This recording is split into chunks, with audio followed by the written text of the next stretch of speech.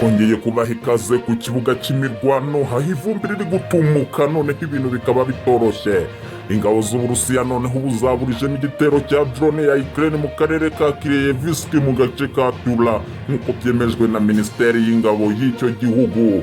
Ni drone Uburusiya buvuga ko yarashweho mu buryo bwo kwirinda ibi bitero hakoreshejwe misile za Pole 21 byubatswe mu gace ka Tula. Kuri iki cyumweru nibwo byamenyekanye ko habayeho guturika kwakomerekeje byoroheje abantu batatu mu gace ka Tula, ni mu birometero 100 uvuye ku mupaka w'iki gihugu na Ukraine. Ubuyobozi bw'inzego z'ubuzima zabwiye Sputnik ko amakuru y'ibanze agaragaza ko uku guturika kwatewe n'ihanuka rya drone yari yikoreye intwaro.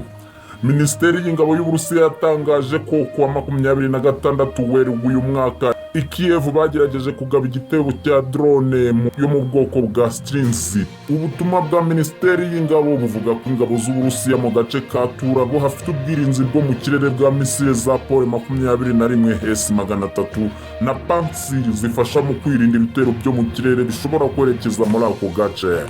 Amakuru mashya TV. Kanda handitse subscribe niba utarabikora, uraduteye inkunga yo kujya tukugezaho amakuru mashya buri gihe.